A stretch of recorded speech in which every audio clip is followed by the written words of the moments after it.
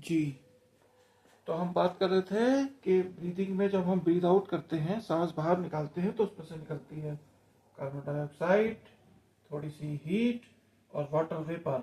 अब आप कहेंगे वाटर वेपर कैसे, हमारी सांस में भाप भी निकलती है। आप किसी शीशे के सामने जाइए, छोड़िए, फिर वहां देखिए भाप जम जाएगी, यानी वाटर वेपर भी हमारी सांस के थ्रू बाहर निकलती है। आई बात समझ में? चलिए अब आगे शुरू करते हैं। तो ऐसी कौन सी चीज है कि सांस हमारे शरीर में अंदर आ रही है और बाहर जा रही है? ऐसा ऐसा कौन सी मशीन फिट है? कोई मशीन नहीं है। एक सिंपल सा लॉजिक है कि आपके जो फेफड़े हैं, यानी कि जो आपके लंग्स हैं, राइट लंग, लेफ्ट लंग, ये जो है रिब्स से ढके हुए हैं, यानी कि आपके ये रिब केज होता है ना, आपकी ये पसलियां इससे कवर्ड है ताकि इनमें चोट वगैरह ना पहुंचे। और नीचे होता है एक डायफ्रागम, मस्कुलर एक फ्लैप होता है, डायफ्रागम बोलते हैं उसको। तो जब हम सांस अंदर खींचते हैं, वो कैसे जाती है? तो ये रिब्स बाहर की तरफ निकलती हैं कि छाती फुलाओ, तो छाती फुलाई आपने, और ये डायफ्रागम आप नीचे ले जाते हैं। तो जब छाती फूली, डायफ्रागम नीचे गया, तो आपकी चेस्ट कैविटी जो होती है वो पहले मान लीजिए इतनी थी। छाती फुलाने से और डायफ्रागम नीचे ले जाने से आपकी चेस्ट कैविटी अब बड़ी हो गई। ठीक है, यानी कि चेस्ट कैविटी बड़ी हो गई तो अंदर प्रेशर गिर गया। अंदर प्रेशर गिर गया तो नाक से हवा आपने खींची तो वो अंदर पहुंच गई। समझे? नाक के थ्रू जो हमने पहले वाले उसमें बताया था वीडियो में, तो हवा अंदर पहुंच गई। और जब आप छोड़ते हैं तो इसका उल्टा होता है। उसमें क्या होगा? डायफ्रागम ऊपर जाएगा और रिब्स अंदर की तरफ जाएंगी, इनवर्ड।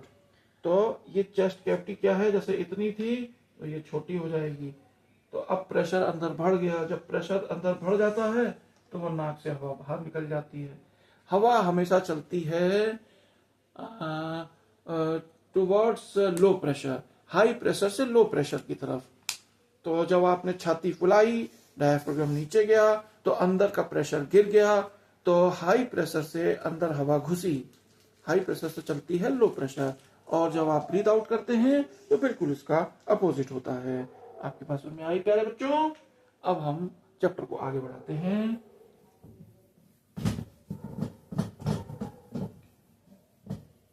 कुछ इंसान, ये तो इंसानों की कहानी है। अब जैसे मान लीजिए अर्थवॉर्म है, किचुआ। किचुआ कैसे सांस लेता है?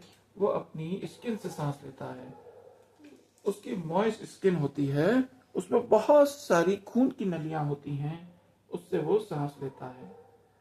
तो किचुआ यानी अर्थवॉर्म अपनी स्किन से सांस लेता है। और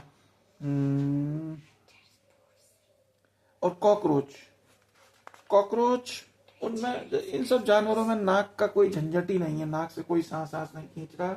ये जैसे कॉकरोच में ट्रकिया वगैरह है, अंदर पाइप बिछी हुई है अंदर, और उसमें छेद हैं जो स्किन पे खुलते हैं। ठीक है, तो जब वो स्किन पे खुलते हैं तो उसको क्या बोलते हैं, अभी हम आपको बताते हैं प्यारे बच्चों। आपकी किताब में दिया हुआ है, स्पाइरिकल्स बोलते हैं उसको।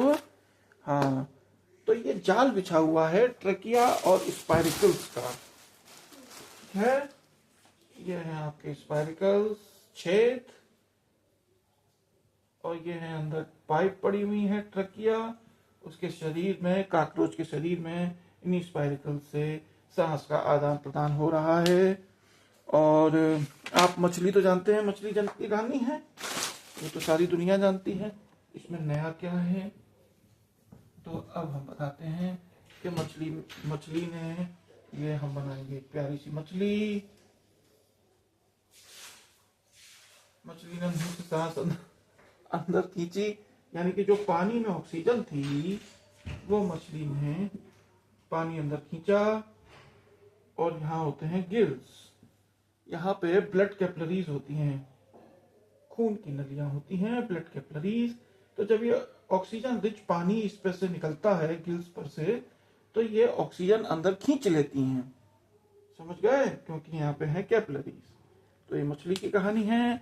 ऐसे ही जो आपका मेंढक है, मेंढक पानी में भी रह लेता है और मेंढक जमीन पर भी रह लेता है। तो ऐसा कैसे संभव है? क्योंकि वो फ्रॉग भी अपनी स्किन से सांस ले लेता है पानी के अंदर, इसलिए वो दोनों तरह की रेस्पिरेशन कर सकता है। तो क्या पेड़ पौधे भी सांस लेते हैं? जी हाँ, पेड़ पौधे भी सांस लेते हैं और ये अपने पत्तों द्वारा, अपनी स्टेम द्वारा, अपनी जड़ों द्वारा सांस लेते हैं। पत्तों के नीचे पाए जाते हैं छेद। जैसे आप एक पत्ती तोड़िए, उसके नीचे आप देखेंगे छोटे छोटे छेद होते हैं जो माइक्रोस्कोप से दिखाई देंगे। उसको कहा जाता है स्टोमेटा। स्टोमेटा के थ्रू हवा अंदर और बाहर जाती है। मान लीजिए कि ये हमने एक पत्ती बनाई, अब इसकी नीचे वाली सतह पे, ये नीचे वाली सतह है तो छेद मान लीजिए, इसको स्टोमेटा कहा गया है। ये इसी से अपनी सांस लेती है और ये अपनी जड़ों से भी सांस लेती है। Epiblema, outer surface of root has thin layer of cells. जैसे मान लीजिए कोई पेड़ है, इसकी जड़ें हैं, तो जो आउटर सरफेस ऑफ रूट है उसमें एपिब्लेमा उसकी सतह पे है, वो उससे सांस खींच लेती है अंदर। ठीक है प्यारे बच्चों। और woody stems take in air through the lenticels. जैसे कोई पेड़ है, उसकी जो जो तना है उसमें लेंटिकल्स पाए जाते हैं बेटा। लेंटिकल्स से वो सांस खींच लेते हैं। तो पत्ते से खींचते हैं स्टोमेटा के थ्रू, जड़ से खींचते हैं क्योंकि जड़ में है एपिब्लेमा, और स्टेम में पाए जाते हैं लेंटिकल्स, उससे वो अपना सांस ले लेते हैं। ठीक है प्यारे बच्चों, कुछ बचा कि सब हो गया? हाँ, एक चीज और कि हमने आपको बताया एरोबिक और एनारोबिक रेस्पिरेशन दो होती हैं। तो एक होती है ऑक्सीजन की प्रेजेंस में और एक होती है ऑक्सीजन की एब्सेंस में। तो और जो ऑक्सीजन की प्रेजेंस में होती है तो बम्पर एनर्जी निकलती है, मगर जो एनारोबिक रेस्पिरेशन होती है उसमें एनर्जी निकलती है कम। ठीक है प्यारे बच्चों। और एनारोबिक रेस्पिरेशन यानी कि जो ऑक्सीजन की कमी में हो रही है उसमें बन जाता है लैक्टिक एसिड। जैसे कि हमने आपको बताया कि मसल्स वगैरह में दर्द क्यों होता है, क्योंकि वहां बन जाता है लैक्टिक एसिड। यीस्ट में भी एनारोबिक रेस्पिरेशन हो रही है। आई होप कि सब कवर हो गया है। बाकी तो हाँ, और जैसे रेस्पिरेशन का रेट क्या है? नॉर्मली हम 1 मिनट में जितनी सांस अंदर लेते हैं बाहर छोड़ते हैं उसको कहा जाता है रेस्पिरेशन का रेट, ब्रीदिंग का रेट। तो वो है 16 से लेके 18 पर मिनट। समझ गए? और जैसे जब हमने भागा दौड़ी की, जब हमने मस्कुलर एक्टिविटी की, तो हमारी सांस लेने की गति बढ़ जाती है। क्यों? क्योंकि हमारी मसल्स को चाहिए होती है ज्यादा ऑक्सीजन। तो उस केस में वो 25 टाइम्स पर मिनट तक पहुंच जाती है। ये जैसे नॉर्मली आप बैठे हुए हैं तो 16 से 18 पर मिनट, और जब आप भाग दौड़ी कर रहे हैं तो ब्रीदिंग रेट आपका 25 तक पहुंच सकता है। आई होप ये चैप्टर आपको इंटरेस्टिंग लगा होगा। मेरे चैनल को लाइक एंड सब्सक्राइब कर लीजिए। CBSE board 7th class science का टीचर, आपका दोस्त, आपका host doctor Ajay Upadhyay. Thank you very much.